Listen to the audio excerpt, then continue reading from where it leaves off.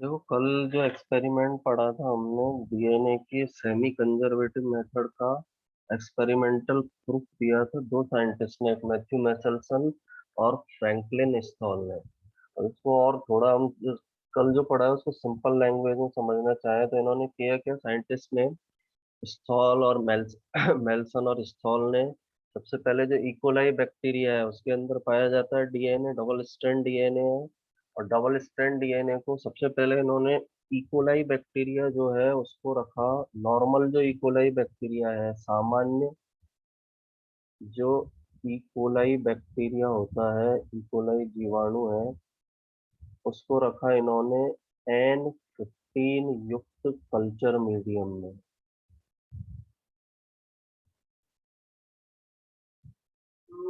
Normal इकोराई bacteria को N15 युक्त culture medium के अंदर इन्होंने रखा। कल्चर मीडियम कल हमने पढ़ा था NH4Cl, यानी अमोनियम क्लोराइड। ऐसा संवर्धन माध्यम है जिसके अंदर क्या मिला हुआ है, NH4Cl। कल्चर मीडियम में NH4Cl या अमोनियम क्लोराइड मिला हुआ है। यहाँ जो नाइट्रोजन है वो कौन सी नाइट्रोजन है, हैवी नाइट्रोजन N15। इसको हम N15 से रिप्रेजेंट करते हैं। तो जब इनको N15 वाले कल्चर मीडियम के अंदर रखा तो नॉर्मली जो इकोलाई था उसके अंदर इस तरह का डीएनए था। और जब N15 के अंदर जब डीएनए का हमको पता है कि जब रेप्लिकेशन होगा दोनों स्ट्रैंड सेपरेट होंगे। इसके दोनों स्ट्रैंड सेपरेट हुए, अलग अलग हुए। एक स्ट्रैंड इसका ये है और दूसरा स्ट्रैंड इसका ये वाला है। ठीक है, ये दोनों स्ट्रैंड अलग हुए। अब यहाँ पर जो नया स्टैंड बनेगा, यहाँ जो नया स्टैंड बन रहा है वो नया स्टैंड बनेगा। नया स्टैंड ये जो है ब्लैक से हमने जो बनाया ना, ये कौन से वाले, N14, क्योंकि नॉर्मल इकोलाई था ये। अब यहाँ जो नया स्टैंड फॉर्म होगा, नए स्टैंड का जो फॉर्मेशन होगा इस जगह पर,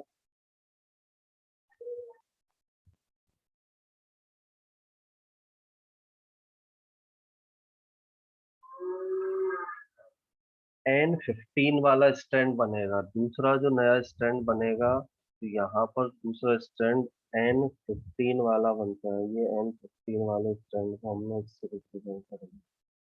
ये N15। इधर भी जो बन रहा है ये भी कौन सा है, N15 वाला स्टैंड है। तो स्टार्टिंग में इकोलाई में N40 थे। अर्ध संरक्षी प्रकृति में हम लोग पढ़ चुके हैं कि जो डीएनए के डीएनए से जो डीएनए नए बनते हैं उनमें आधा डीएनए पैतृक होता है, एक स्ट्रैंड पैतृक होता है, दूसरा स्ट्रैंड जो होता है वो नया बनता है। तो यहाँ नया बनने वाला डीएनए कौन सा है, N15 है। इसके बाद इन्होंने क्या किया, ये वाला मेथड हो गया। फिर इसको ये N15 युक्त कल्चर मीडियम में जिन एकोलाई बैक्टीरिया को रखा है, इनको फिर से आगे ग्रो कराया। इनको जब आगे ग्रो कराया जाएगा ये आगे ग्रो होंगे, इनसे भी नए क्या बनते हैं, डीएनए का क्या होगा, फॉर्मेशन होगा। तो यहाँ जो नए डीएनए बनेंगे ये दोनों स्ट्रैंड खुलेंगे।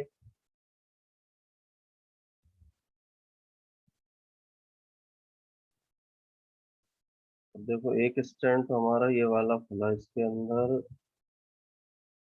एक स्ट्रैंड तो खुल गया ये। एक नीचे वाले में भी एक स्ट्रैंड कौन सा खुल गया, ये वाला खुल गया। दूसरे स्टैंड इसके अंदर खुलेंगे, ब्लैक वाला है, ब्लैक वाला खुल जाएगा यहाँ पर ये। और ये वाला यहाँ पर समझने के लिए हमने बना दिया।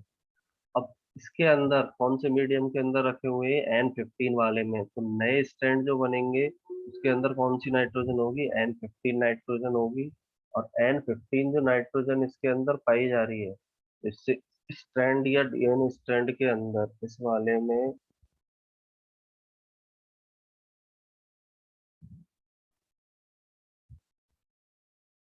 देखो ये दोनों अलग हुए हैं। एक तो ये N15 वाला है, ये है N15। ब्लैक वाला कौन सा है, N14। ये दोनों सेपरेट हुए।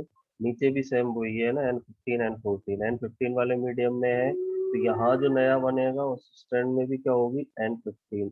यहाँ नया बना, उसके अंदर N15, एक डीएनए ये बना, इसमें भी क्या होगी, N15, एक ये बना, इसके अंदर भी क्या मिलेगी, N15, और इस वाले के अंदर भी क्या मिलेगी, N15।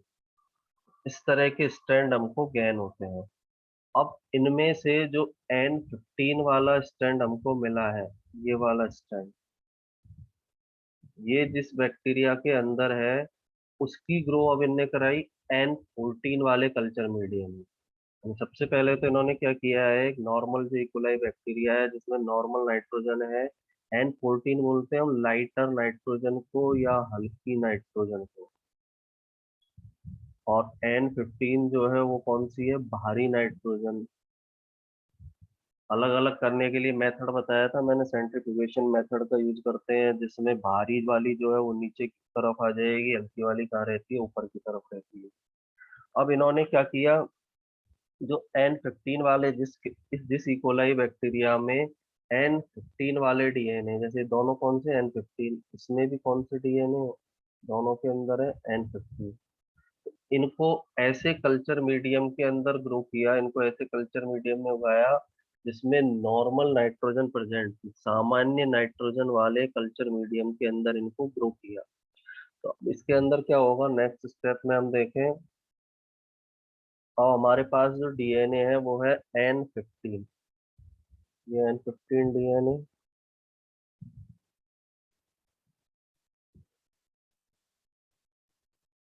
इस N15 डीएनए को किसके अंदर ग्रो कर रहे हैं हम,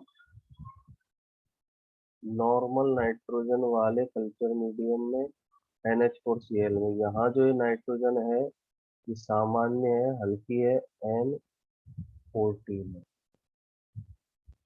यहाँ जो पाई जा रही है कैसी है, N14 नाइट्रोजन। सिंपल सा इसमें हमको ये ध्यान रखना। ठीक है, ये N14 नाइट्रोजन इसके अंदर पहले N15 में ग्रो कराया था स्टार्टिंग में, अब N14 में ग्रो करा रहे हैं। इसको ग्रो कराया, इसके दोनों स्ट्रैंड एक दूसरे से सेपरेट हुए। एक की स्ट्रैंड की डायरेक्शन रहती है थर्ड डैश से फाइव डैश, दूसरे की फाइव डैश से क्या रहेगी, थर्ड डैश रहेगी। दोनों स्ट्रैंड एक दूसरे से अलग हुए, N14 वाले मीडियम के अंदर रखा है, तो नया जो स्ट्रैंड बनेगा वो कौन सा वाला बनता है, N14 वाला बनेगा। यहाँ पर दोनों के अंदर N14 वाला डीएनए स्ट्रैंड मिलेगा, ये इसके अंदर पाया जाएगा, ये बन गया। यहाँ पर भी क्या होगा, वही N14 वाला स्ट्रैंड आ जाएगा, ये बन गया। तो इकोलाई बैक्टीरिया में एक्चुअल में होता क्या है, इकोलाई बैक्टीरिया का विभाजन या डिवीजन हो जाता है 20 मिनट में। एक इकोलाई 20 मिनट में विभाजित होकर दूसरा इकोलाई बना देता है। तो जब हमने N15 डीएनए वाले डीएनए वाले इकोलाई बैक्टीरिया को नॉर्मल नाइट्रोजन वाले कल्चर मीडियम के अंदर या NH4Cl में रखा, तो पहले 20 मिनट में हमें दो संकर डीएनए प्राप्त हुए। यहाँ पर जो डीएनए मिल रहे हैं हमको, ये कौन से डीएनए है, संकर डीएनए, हाइब्रिड डीएनए। यहाँ जो मिल रहे हैं ये है संकर डीएनए, इनको हम बोल सकते हैं हाइब्रिड। संकर क्यों बोला, क्योंकि यहाँ पर एक स्ट्रैंड तो कौन सा है, N15, और एक स्ट्रैंड कौन सा है, ब्लैक वाला, N14। सेम नीचे एक N14 है, एक N15। तो पहले 20 मिनट में हमें 100% संकर डीएनए, यानी दोनों संकर डीएनए है, तो हम इसको बोल सकते हैं 100% संकर डीएनए, हाइब्रिड डीएनए प्राप्त होता है। फिर नेक्स्ट अगले 20 मिनट के अंदर फिर से ये क्या होगा, डिवाइड होगा। फिर आगे जो अगले 20 मिनट के अंदर इकोलाई फिर से डिवाइड होगा, तो उसके अंदर क्या कंडीशन आएगी, ये जो है डीएनए, इसके दोनों स्ट्रैंड सेपरेट होंगे, इसके दोनों स्ट्रैंड भी सेपरेट होंगे। इसको हम नीचे की तरफ थोड़ा दिखाते हैं। नेक्स्ट 20 मिनट के अंदर क्या होगा, नेक्स्ट 20 मिनट में स्ट्रैंड्स अलग होंगे। पहले एक तो हो गया हमारा N14 वाला स्ट्रैंड,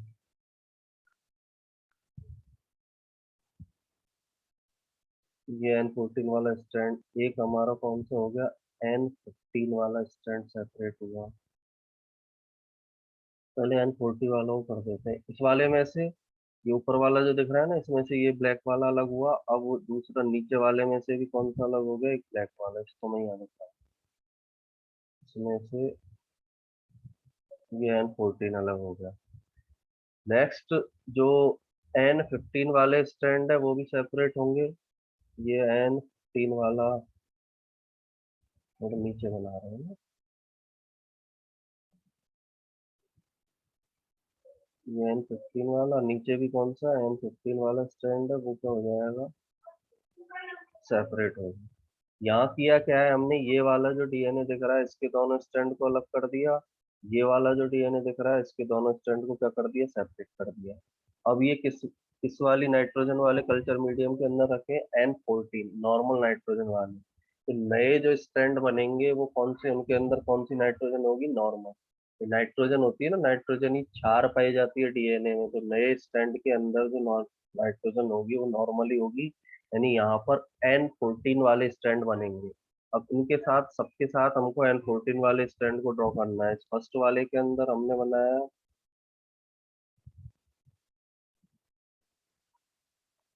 ये हो गया। यहाँ पर भी कौन सा बनेगा, N14,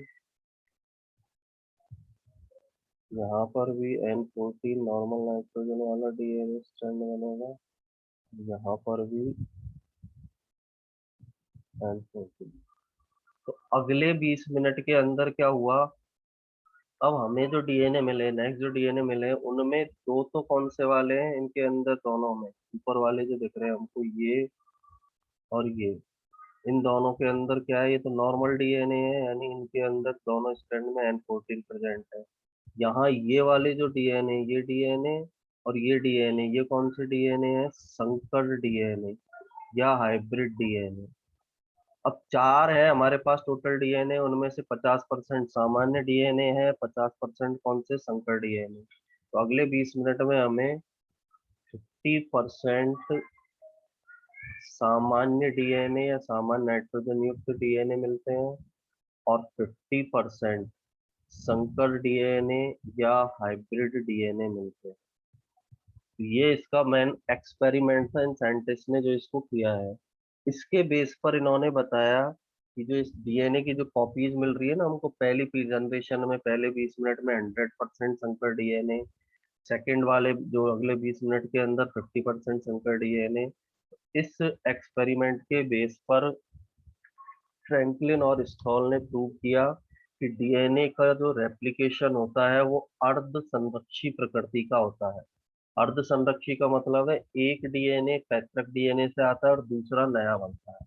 इस एक्सपेरिमेंट के बेस पर इन साइंटिस्ट ने, फ्रैंकलिन और स्टॉल ने, डीएनए की अर्ध संरक्षी प्रकृति को समझाया था। तो ये अर्ध संरक्षी प्रकृति या सेमी कंजर्वेटिव मेथड के नाम से इसको जाना जाता है। इसके बाद जो साइंटिस्ट थे, एक साइंटिस्ट था टेलर। अब ये जो एक्सपेरिमेंट किया है, ये तो किया गया है किस पर, इकोलाई बैक्टीरिया पर। इकोलाई जो बैक्टीरिया होता है प्रोकैरियोटिक है। तो बैक्टीरिया जो है वो कौन सी सेल होती है, प्रोकैरियोटिक सेल। तो प्रोकैरियोटिक सेल में इस एक्सपेरिमेंट को करने वाले जो साइंटिस्ट थे वो कौन से थे, फ्रैंकलिन और स्टॉल। फिर एक साइंटिस्ट है वैज्ञानिक टेलर। नेक्स्ट एक साइंटिस्ट है टेलर नामक साइंटिस्ट ने एक प्लांट पर अपना एक्सपेरिमेंट किया। टेलर जो था उसने एक प्लांट पर एक्सपेरिमेंट किया। प्लांट का नाम है बिसिया फावा। ऊपर जो एक्सपेरिमेंट पढ़ा है ना वो था यूकेरियोटिक जीवों में।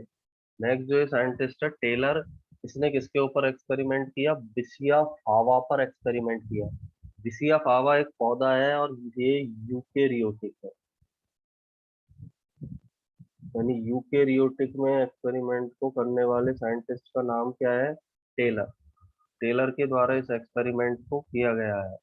टेलर नामक साइंटिस्ट ने इसको किया है। बिसिया फावा पर एक्सपेरिमेंट किया, बिसिया फावा के क्रोमोसोम पर एक्सपेरिमेंट किया, और इस एक्सपेरिमेंट में उन्होंने रेडियो एक्टिव थाइमिडिन का उपयोग किया था। टेलर ने इस एक्सपेरिमेंट में रेडियो एक्टिव थाइमिडिन, रेडियो एक्टिव थाइमिडिन का यूज किया। ऊपर जो पढ़ा है ना वो रेडियो एक्टिव नहीं थी, वहां कौन सी थी, भारी नाइट्रोजन, हल्की नाइट्रोजन। लेकिन टेलर ने रेडियो एक्टिव थाइमिडिन का उपयोग किया, और इस पिसिया फावा प्लांट में डीएनए की अर्ध संरक्षी प्रकृति को सिद्ध किया। डीएनए की, डीएनए के रेप्लिकेशन की जो अर्ध संरक्षी प्रकृति होती है, सेमी कंजर्वेटिव जो मेथड होता है, उसको प्रूव करने का काम इन्होंने किया है। तो केवल ये साइंटिस्ट का नाम याद रखना है हमें, से यूकेरियोटिक जीवों में किसने किया है, टेलर ने डीएनए की प्रतिकृति की अर्धसंरक्षित प्रकृति को सिद्ध किया था। इसके बाद अब ये जो हमारा था रेप्लिकेशन के अंदर भी डीएनए की जो रेप्लिकेशन हो रहा है वो सेमी कंजर्वेटिव नेचर का होता है। अब नेक्स्ट जो हमें पढ़ना है रेप्लिकेशन की क्रियाविधि और एंजाइमों के बारे में, यानी नेक्स्ट जो हेडिंग है हमारी प्रतिकृति की क्रियाविधि और एंजाइम, यानी रेप्लिकेशन होता कैसे है और कौन से एंजाइम उसके अंदर काम में आते हैं। प्रतिकृति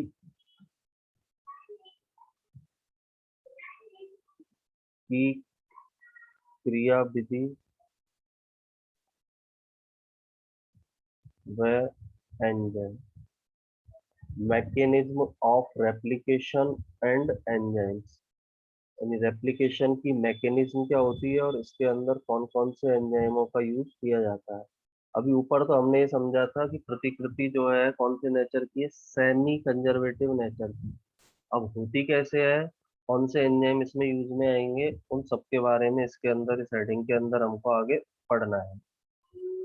अब देखो रेप्लिकेशन की क्रियाविधि या प्रतिकृति की जो क्रियाविधि है उसके अंदर विभिन्न प्रकार के एंजाइम भाग लेते हैं। प्रतिकृति की क्रिया को करने के लिए अनेक प्रकार के एंजाइम पार्टिसिपेट करते हैं। बहुत सारे एंजाइम उसके अंदर क्या करेंगे, पार्टिसिपेट करेंगे, बहुत सारे एंजाइम उसके अंदर भाग लेंगे। सबसे पहला एंजाइम जो इसके अंदर यूज में आता है उस एंजाइम को हम बोलते हैं हेलिकेज। फर्स्ट जो एंजाइम है जो रेप्लिकेशन की प्रोसेस में यूज में आएगा उस एंजाइम का नाम क्या है, हेलिकेज। हेलिकेज एंजाइम करता क्या है, डीएनए दो डबल स्ट्रैंड स्ट्रक्चर है, इन दोनों स्ट्रैंड को अलग करने का जो काम है वो हेलिकेज एंजाइम के द्वारा किया जाता है। कैसे करेगा, जैसे डीएनए है हमारा, ये डबल हेलिक्स स्ट्रक्चर है, इस डबल हेलिक्स स्ट्रक्चर पर ये हेलिकेज एंजाइम आएगा। हेलिकेज एंजाइम जब इस पर आएगा तो डीएनए के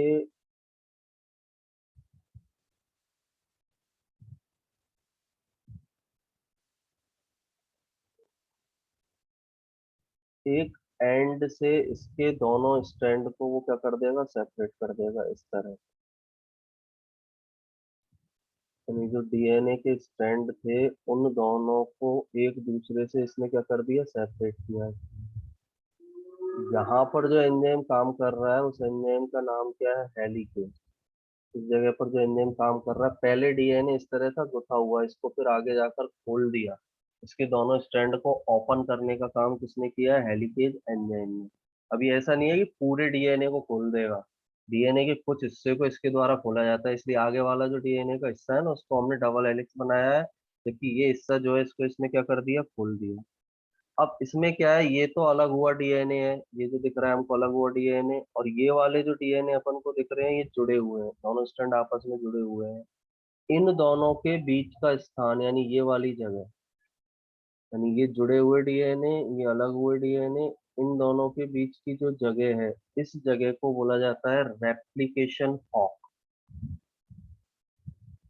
रेप्लिकेशन फॉर्क के नाम से इसको जाना जाता है। यानी रेप्लिकेशन फॉर्क क्या है, अलग हुआ डीएनए और जुड़े हुए डीएनए के बीच का स्थान जो है उसे हम रेप्लिकेशन फॉर्क कहते हैं। हेलिकेज एंजाइम आया डीएनए पर, यहाँ पर काम किया, इसके दोनों स्ट्रैंड को खोल दिया, कुछ भाग डीएनए का खुला हुआ है, कुछ भाग डीएनए का जुड़ा हुआ है, इन दोनों के बीच की जगह को रेप्लिकेशन फॉर्क के नाम से जाना जाता है। और हेलिकेज एंजाइम का काम है दोनों स्ट्रैंड या रज्जुओं को एक दूसरे से क्या कर देना, सेपरेट कर देना। जैसे रेप्लिकेशन फॉर्क वाली जगह है, यहाँ पर हेलिकेज एंजाइम आया, हेलिकेज एंजाइम ने फंक्शन को कर दिया, ये हमने बना दिया हेलिकेज। ये कौन सा एंजाइम यहाँ पर आया है, हेलिकेज एंजाइम। और जहाँ पर दोनों चीजें जुड़ी हुई है, अलग हुए और जुड़े हुए वाले डीएनए है, उस जगह को बोला हमने रेप्लिकेशन फॉर्क। सेकंड एंजाइम जो यहाँ पर काम में आएगा उस एंजाइम का नाम है S B P. S B P.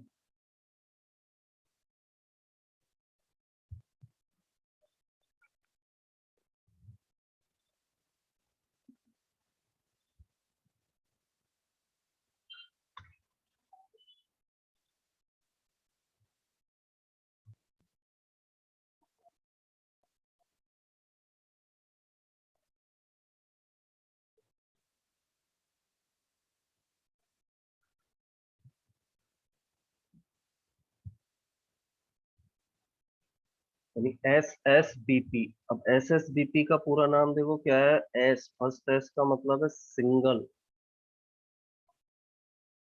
Second S जो है स्ट्रैंड, बी वर्ड का मतलब है वाइंडिंग, पी जो है उसका मीनिंग क्या है, protein. Single strand binding protein next enzyme, enzyme बने हुए प्रोटीन से ही होते हैं इसलिए इसको एंजाइम बोला है हमने। अब इसके नाम के अंदर ही है कि जो सिंगल स्ट्रैंड बाइंडिंग प्रोटीन है, ये डीएनए के सिंगल स्ट्रैंड है। ये जो हमको दिखाई दे रहे हैं, एक स्ट्रैंड ये दिख रहा है, एक स्ट्रैंड ये दिख रहा है। तो ये जो सिंगल स्ट्रैंड बाइंडिंग प्रोटीन है, ये जो डीएनए के दोनों स्ट्रैंड को हेलिकेज ने अलग किया है, ये वापस एक दूसरे में नहीं उलझ जाए, या फिर इन एकल या सिंगल स्ट्रैंड डीएनए को स्थायित्व प्रदान करने का काम जो है वो एसएसबीपी करेगा। यानी ये जो एसएसबीपी है यहाँ पर आकर जुड़ जाएगा, ये एसएसबीपी। अब ये एसएसबीपी यहाँ पर जुड़ा, और इन्होंने जो डीएनए के जो ये सिंगल स्ट्रैंड है, ये है सिंगल स्ट्रैंड, एकल रज्जु भी बोल सकते हैं, या फिर ये क्या है, सिंगल स्ट्रैंड है। इन डीएनए के सिंगल स्ट्रैंड को स्टेबिलिटी देने का काम या स्थायित्व देने का काम कौन से प्रोटीन के द्वारा किया जाता है, एसएसपी। हेलिकेज ने दोनों को खोल दिया, लेकिन ये आपस में वापस फिर से जुड़ने की कोशिश करते हैं, तो ये आपस में नहीं जुड़े, ये दोनों स्ट्रैंड, ये वाला स्ट्रैंड और ये वाला स्ट्रैंड आपस में नहीं जुड़े, तो इसलिए इनको स्थायित्व प्रदान करने का काम जो प्रोटीन करेगा वो होता है एसएसबीपी, सिंगल स्ट्रैंड बाइंडिंग प्रोटीन। अलग हुए डीएनए के रज्जुओं को स्थायित्व प्रदान करता है, उन्हें आपस में जोड़ने से रोकता है, इनको स्टेबिलिटी प्रोवाइड करने का काम किया एसएसबीपी ने। इसके बाद तीसरा यहाँ पर एंजाइम काम में आता है टॉपो आइसोमरेज। थर्ड जो एंजाइम यहाँ पर यूज में आएगा, टॉपो आइसोमरेज।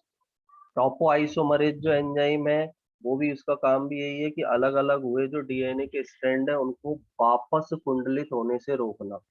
टॉपो आइसोमरेज एंजाइम का काम है, ये जो स्ट्रैंड अलग हो चुके हैं, फर्स्ट ये स्ट्रैंड, समझने के लिए हमने इसको नंबर दे दिया फर्स्ट, ये सेकंड नंबर, तो ये वापस एक दूसरे से अटैच नहीं हो जाए, इनको वापस कुंडलित होने से रोकने का काम कौन करेगा, टॉपो आइसोमरेज। इस एंजाइम का काम है अलग हुए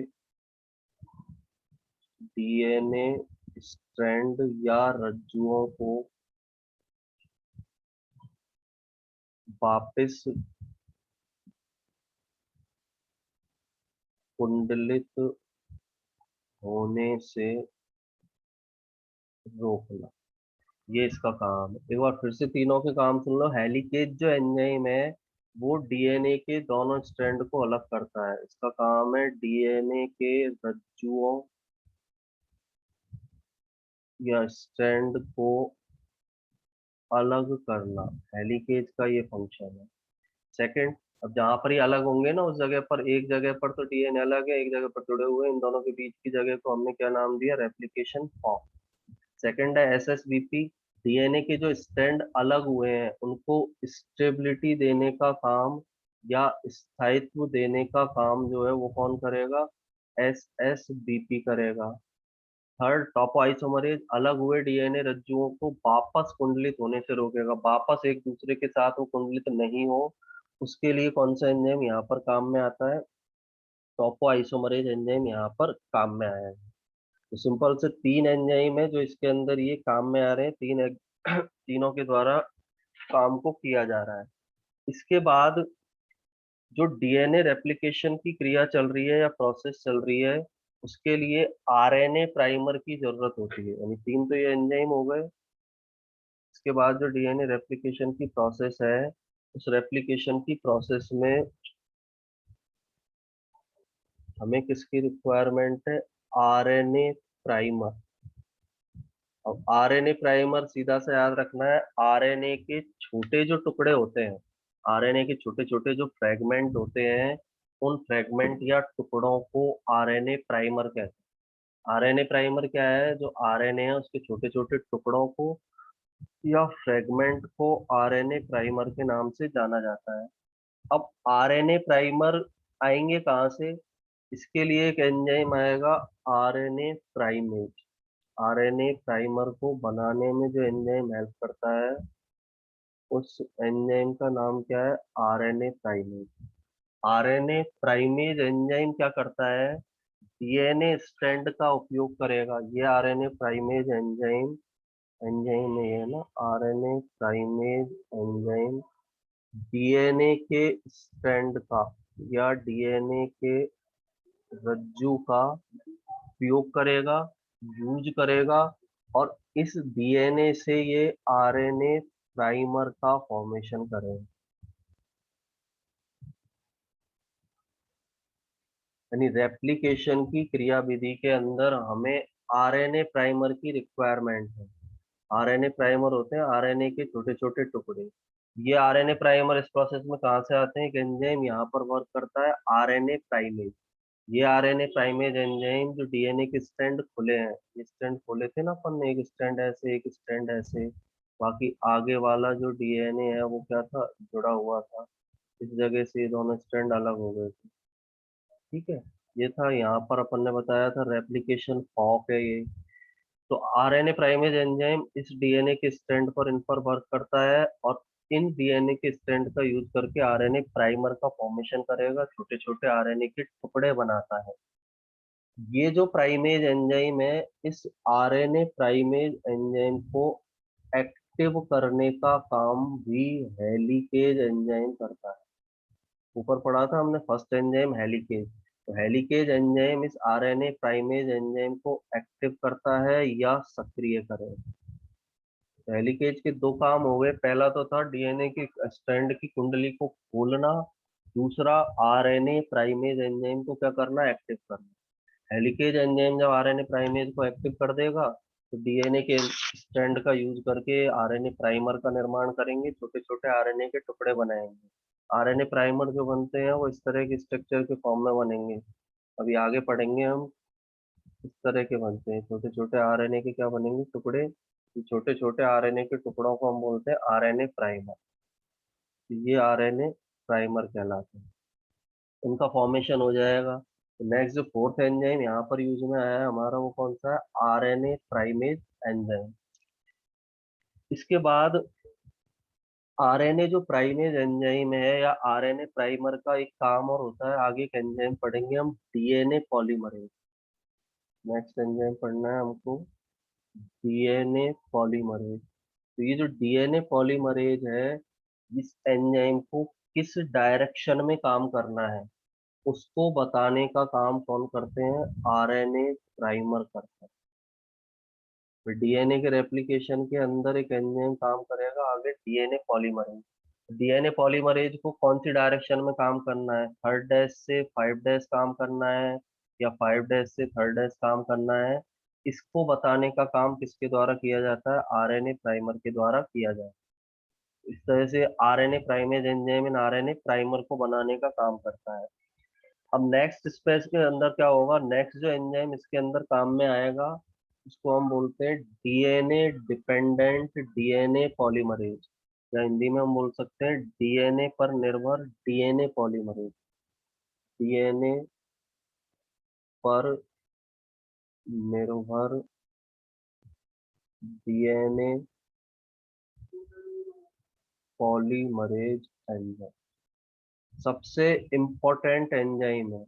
डीएनए रेप्लिकेशन में सबसे ज्यादा जो महत्वपूर्ण एंजाइम है, उस एंजाइम का नाम क्या है? DNA dependent DNA polymerase enzyme. ये जो एंजाइम है, ये एंजाइम करता क्या है? DNA dependent DNA polymerase enzyme DNA के निर्माण को उत्प्रेरित करता है। जो डीएनए है,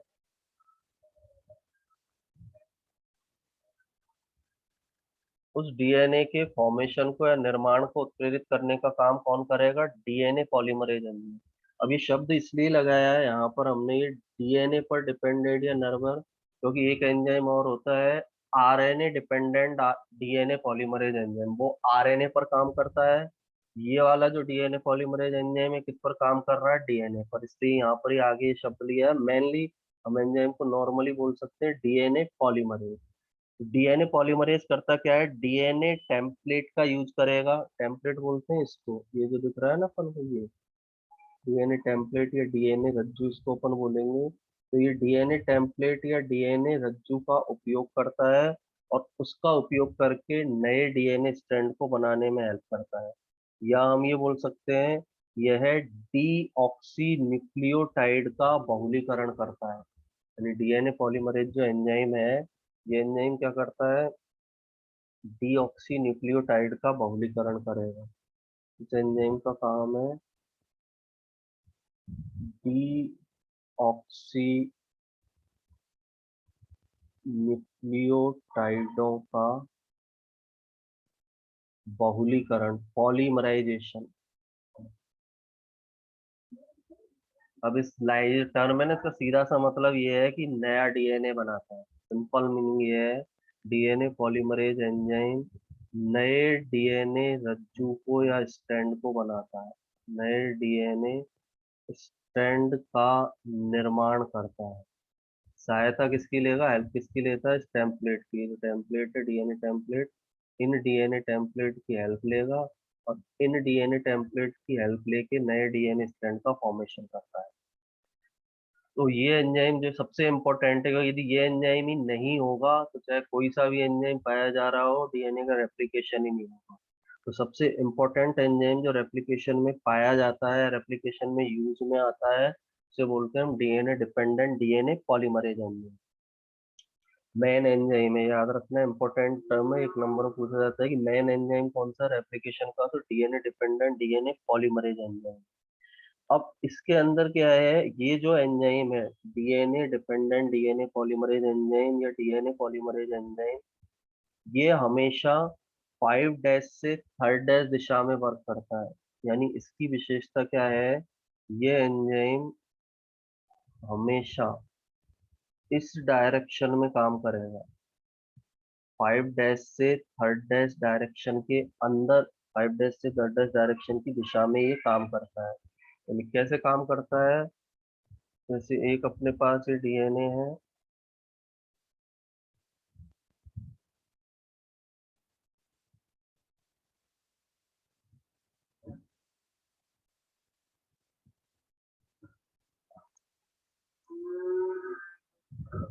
ये अपना डीएनए है, ठीक है। अब ये जो स्टैंड है, ये जैसे मान लो ये है अपना 3' ये 3' से शुरू हुआ, ये 3', ये वाला 3', ये 3', ये आगे गया, ये 3' और नीचे, और लास्ट ये कौन सी दिशा हो गई इसकी, 5'। नेक्स्ट जो होगा उसकी डायरेक्शन क्या होगी, 5', 5' वाला स्टैंड है, आगे गया, मूव हुआ, फिर इधर से यहाँ पर गया, और ये लास्ट इसकी जो डायरेक्शन हो गई 3'। यानी एक्चुअल में ये था डीएनए, इसको अपन ने खोल दिया है ना। एक तो था हमारा 3' टू 5' डायरेक्शन, और ये कौन सी थी, 5'। इनको ओपन कर दिया, इस तरह से दिख रहा है। अब डीएनए पॉलीमरेज एंजाइम करता क्या है, जो नया डीएनए बनेगा, अब देखो एक स्टैंड तो ये दिख रहा है अपन को, ये वाला 3' टू 5', इसकी डायरेक्शन कौन सी है, इस वाले की डायरेक्शन है 3' टू 5', और इस वाले की डायरेक्शन कौन सी है, डीएनए की 5' टू 3'। तो डीएनए पॉलीमरेज एंजाइम इस तरह से काम करेगा जिससे कि नया बनने वाला जो स्ट्रैंड हो, जैसे नए स्ट्रैंड बनाए मैंने दो,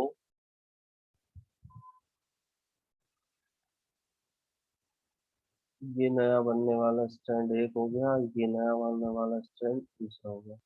तो इसकी जो डायरेक्शन या दिशा होगी, ये इस तरह से वर्क करेगा कि जिससे कि जो नया डीएनए बने वो कौन सी डायरेक्शन में बने, 5' टू 3' डायरेक्शन में बने। ये विशेषता है डीएनए पॉलीमरेज की कि ये नए डीएनए को हमेशा केवल किस डायरेक्शन में बनाता है, 5' टू 3' डायरेक्शन। अब इन डीएनए की डायरेक्शन को हम देखें, नए बनने वाली डीएनए की डायरेक्शन को, इसको समझने के लिए मैंने यहाँ लिख दिया, ये पुराने वाले की तो ये 3' टू 5' है, ये 5' टू 3'। इसी से मतलब है, हमको जो कुंडलित है उससे कोई मतलब नहीं है डीएनए से, इसको समझने के लिए हमने ऐसा बना दिया। अब नया जो डीएनए बनेगा, इस डीएनए की डायरेक्शन कौन सी होगी, जस्ट एंटी पैरेलल होती है, तो इसकी डायरेक्शन होगी थर्ड डैश, और ये वाला जो हिस्सा है ये इसका कौन सा होगा, फाइव डैश। इसी तरह से ये वाला जो स्टैंड हमको दिख रहा है इसकी डायरेक्शन कौन सी होगी, ये हिस्सा इसका होगा थर्ड डैश, और ये हिस्सा इसका होगा फाइव डैश। तो हम बोल रहे थे डीएनए पॉलीमरेज एंजाइम उस डायरेक्शन में काम करेगा जिस डायरेक्शन में नया डीएनए कैसी डायरेक्शन में बन रहा हो, five dash to third dash. ये जो डीएनए बन रहा है ना हमारा ये वाला, ये five dash to third dash DNA बना है, तो इस डायरेक्शन में डीएनए पॉलीमरेज एंजाइम काम करेगा। यहाँ पर डीएनए पॉलीमरेज इस डायरेक्शन में काम कर रहा है, इसलिए ये स्ट्रैंड तो कंटिन्यूअस बन जाएगा, यानी ये स्ट्रैंड लगातार बनेगा, कंटिन्यूअस बनेगा, पूरा एक लंबा स्ट्रैंड इस तरह से बन जाएगा। लेकिन ऊपर वाला जो स्टैंड ये वाला बना है, इस स्टैंड पर डीएनए पॉलीमरेज लगातार काम नहीं करेगा। फिर डीएनए पॉलीमरेज आया या फाइव डैश से थर्ड डैश की डायरेक्शन में इसने वर्क किया, नया डीएनए बना दिया, पूरा कंटिन्यूअस डीएनए बना दिया, लगातार डीएनए बना दिया। इस वाले स्टैंड पर जो दूसरी डायरेक्शन है थर्ड डैश से फाइव डैश, इस पर ऐसे यहाँ से तो काम कर नहीं सकता है, इसलिए इसको काम करना पड़ेगा ऐसे उल्टा जाकर, फाइव डैश पे आना पड़ेगा और फिर इसको उल्टा इस तरह से काम करना पड़ेगा। तो जब ये उल्टा काम करता है तो पूरा सही प्रकार से काम नहीं कर पाता है, इसलिए जो दूसरा स्टैंड जिसकी डायरेक्शन है third dash to five dash, वो हमेशा टुकड़ों में बनता है, वो कभी भी कंटिन्यूअस नहीं बनेगा, वो बनेगा इस तरह का, वो बनता है अपना,